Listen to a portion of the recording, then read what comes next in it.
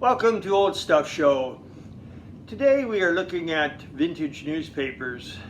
For decades, people have relied on the newspaper to get their news. It would be delivered to your door by the newspaper boy, and it was something that was just standard part of society.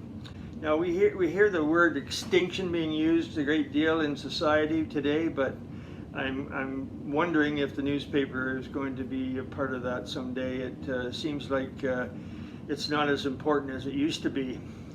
In today's world, people tend to rely on their news from TV or online, and so sitting down and reading the newspaper may be a thing of the past, although there's still a core of people, including myself, who enjoy the newspaper in the morning over breakfast and catching up on what's been going on.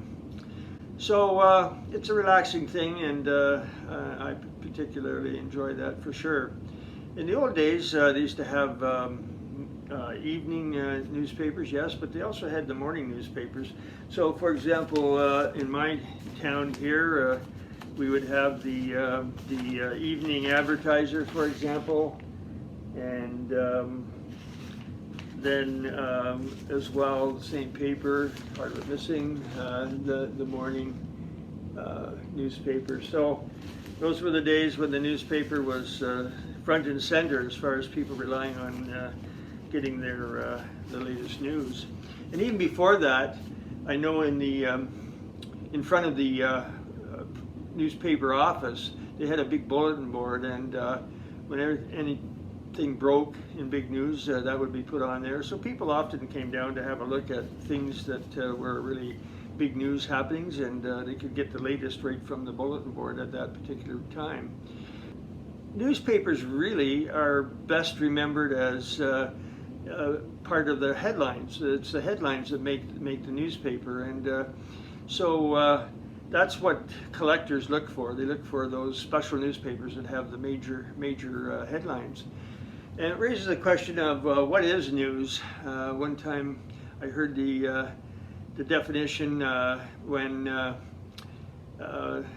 dog bites man, that's not news, but when man bites dog, that is news. So the newspaper tends to deal with stuff that's unusual and something very major that's happening. So as a long-time collector of newspapers, I always refer to the important ones as the keepers. I would go to my door in the morning and reach down and get the paper and look at the headline and say, "Oh, this is a keeper." It might be something really special. And I suppose for me, the next major keeper would be a newspaper headline that says vaccine discovered for coronavirus, and so something like that would be a major happening. If the newspaper is going to extinction, then having these copies with these major headlines can be really important historical documents. So just looking now at some examples, I could categorize things for you here. If we look at the category of important people who have passed away, for example, Pierre Trudeau would get a headline like this, or Pope John Paul II, or this one is from August 16th, 1979, John Diefenbaker, the chief. They called him, passed away. Going back much further to February 6, 1952, the king is dead, and the present Queen Elizabeth's father then passed away, and she became queen and has been queen ever since that time. Things like that are rather interesting to keep. I've had many more of these, which I've sold over the years. Everything from Mao Zedong passed away, Diana died, and so on. So at one point, if you put all my old newspapers up on a wall all around a room, it would be quite impressive, quite a history lesson to look at. And if you take it to another category, to special events, For example, Governor Wallace in Alabama was shot, and this is May 16, 1972. Sometimes just those simple headlines make it quite fascinating. The one I can think of is Man on Moon. That's a very big collectible, which I have not a copy of at the moment.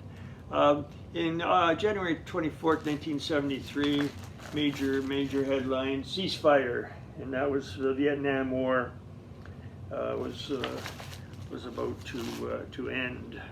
And then, of course, when headlines like this come out, President Kennedy was assassinated. The headlines connected with the newspaper, people would look at this and say, I remember exactly where I was at that time. And all these headlines conjure up particular moments in your own life. And then after we said George VI passed away, Queen Elizabeth was crowned. And I suppose there will be another headline like that in the not too far future when a new king, if it's Charles of England, will be crowned. And then special events in local ways, like in 1939, the royal visit of King George VI and Queen Elizabeth at the time to Canada. That was a very big occasion. In my books of memories that I've told you about, this was a big event for many people. They remember that very fondly.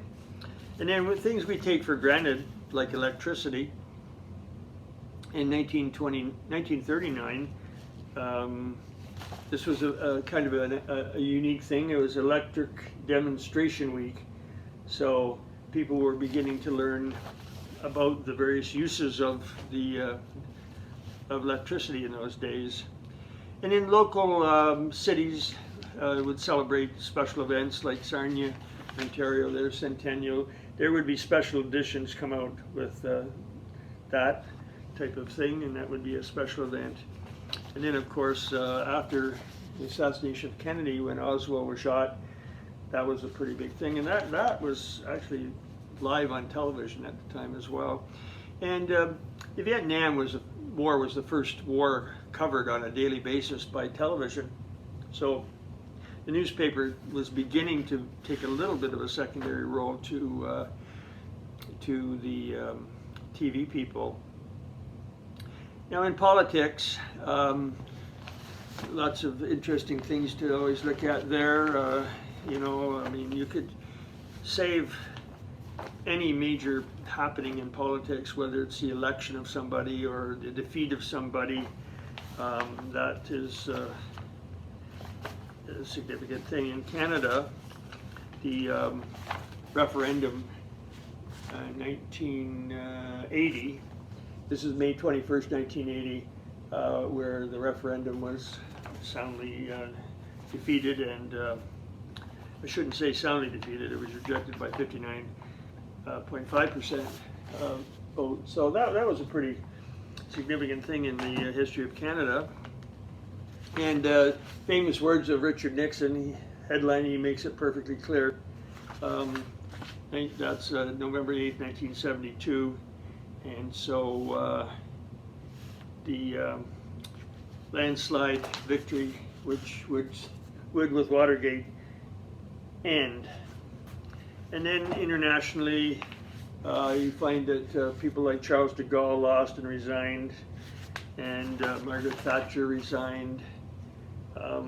So these are all significant historical events that people are interested in. And then there's the unusual happenings, 9/11, saving the newspapers from 9/11. You know, the younger generations might not remember that, but that is something that was a major thing. And just a simple newspaper headline like terror. And then you have response, a new kind of war by President Bush. extra copies the day after, and then determination, and you know, we will win. So there's all kinds of headlines with that event, and the role of Osama bin Laden and his eventual capture would be something that would be major headline in the newspaper. The interesting thing historically about this particular newspaper, I think a lot of people in Canada would be familiar with the Globe and Mail, of course. There's an interesting history lesson behind the Globe and Mail. This is 1973, and maybe most of you don't realize that the Globe was a paper by itself, and this one is 1919, and I actually have the Globe going back even further than that. This is an 1892 Saturday Globe, and 1895 Saturday Globe. And so what happened was, there was a newspaper also at the time called the Daily Mail and Empire, and the Daily Mail and Empire married the Globe and became the Globe and Mail. So that's where the name comes from. So you might wonder about how is it that we can keep these newspapers from deteriorating. The main thing is keep it out of light and keep it out of air. And so you want to keep it in a plastic sleeve of some sort, and keep it in a regular temperature storage place, in a box or something, and the light will eat away at the paper, and the air will yellow it. So out of light, out of air is the general rule of thumb for that sort of thing in terms of preserving it. Another special event in Canada was, of course, Centennial Year in 1967, and so any kind of paper that would celebrate that sort of thing would be a significant keeper in those days. You also have newspapers that are in what I would call a little bit of a rare situation. Like, I had a newspaper that I had a couple of newspapers that covered the Titanic event. Mighty Titanic sinks. But I had one newspaper, the London Daily Mirror, and you have to remember in those days communication was very slow and very inaccurate. The headline says, "Mighty Titanic sinks, everyone saved."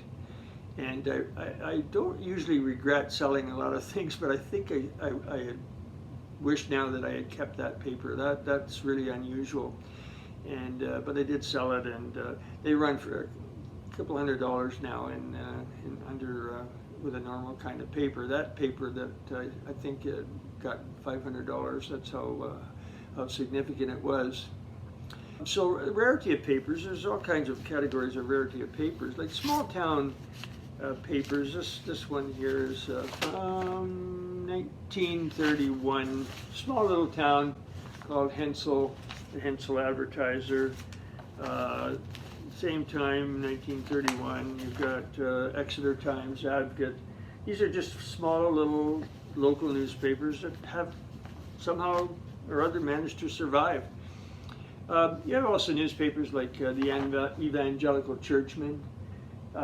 This is dated 1898, so churches and religious publications were not uncommon at that time as well. The oldest rarity I have is quite something. This is almost like a museum piece. This is dated 1815. And it's the Fayette and Green Spectator, July 11th, 1815. And it has a story here about the 4th of July, 1776. So when you think about it, This paper was not too long after the American Revolution, so it's quite something. And why this one survived so well is the paper seems to be extra thick. And it's just a simple, I don't want to open it for fear of breaking it, but it's got a lot of really interesting stories here.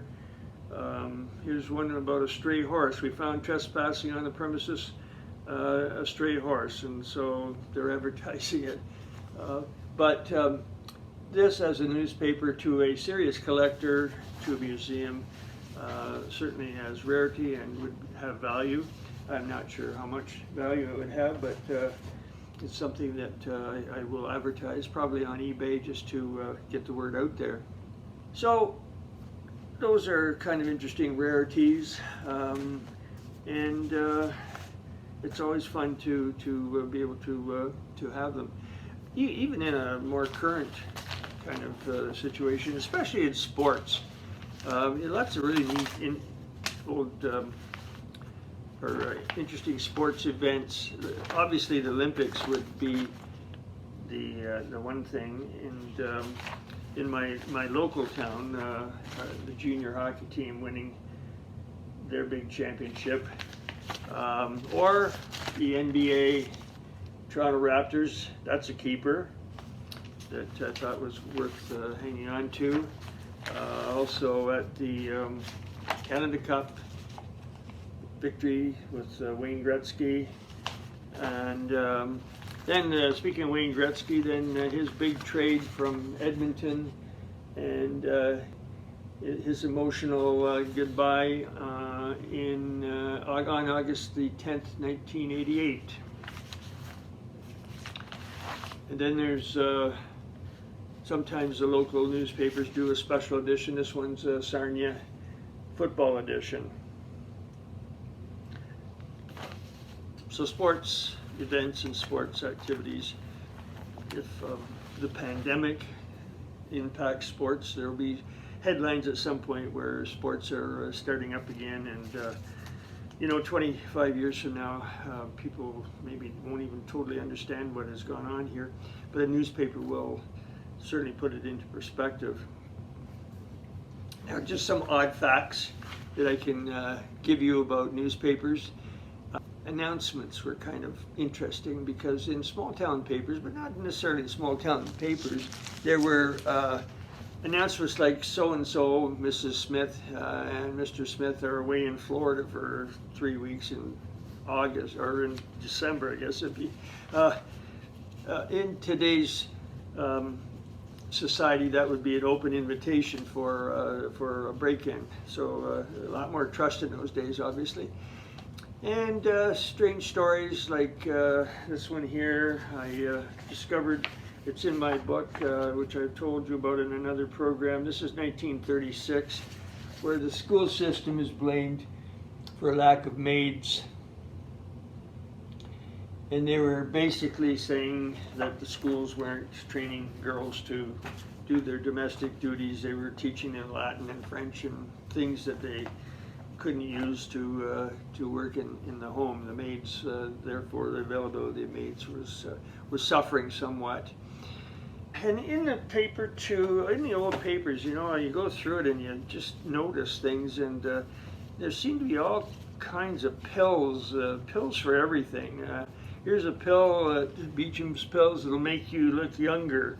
And there's a pill here being advertised to get rid of freckles. And then there's this thing called Crucian Salts, good health for ½ cent a day.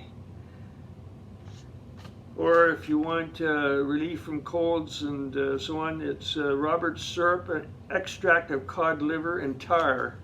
That's the one on the bottom. Then on the one on the top, Zambunk, which was for cuts and sores and dressing. So that's one thing I noticed is Dodd's kidney pills advertised a lot, and this was supposed to help all kinds of problems in your body.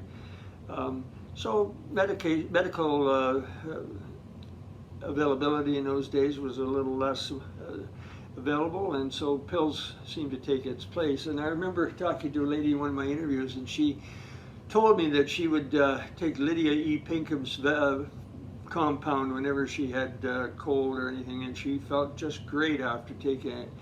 And I discovered later on when I was researching some of this that that particular brand had about 85% alcohol, so Granny was feeling pretty good after drinking that when she had a cold. But it's kind of funny to look back at how people relied on that kind of thing. There's also odd stories. I saw a headline in a paper that I have that talks about an axe murder. They liked the sensationalism, and that was part of the newspaper selling in those days. And so the newspaper has been quite a phenomenal institution, like I said, and one that may be in danger, but I hope not.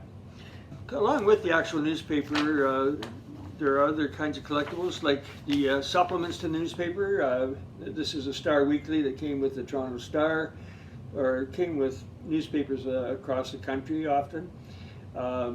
Some of the local newspapers too had their weekly magazines, and then there was the comic sections that people looked for Dick Tracy and all these comic characters. That would come with the Saturday newspaper, and was something that people looked forward to. The major headlines, that's the thing that would define the keeper. It's something that's not too late to begin to look for things like this, but I'm not sure whether we'll be able to do it for much longer. I guess the big thing is to read the newspapers while you can, and that's the sad part of progress in our society, I guess. So I hope that you've enjoyed looking at my newspaper collection. Some of these I'll make available on eBay. I don't mind selling papers like the 1890s Saturday Globes. That's on eBay right now, actually, and so just take a look and see if there's anything there that you might like. Again, a reminder: this program there's a new video every Friday, and subscribe. That would be very helpful. And as I said, enjoy reading the newspaper while you can. We'll see you next time.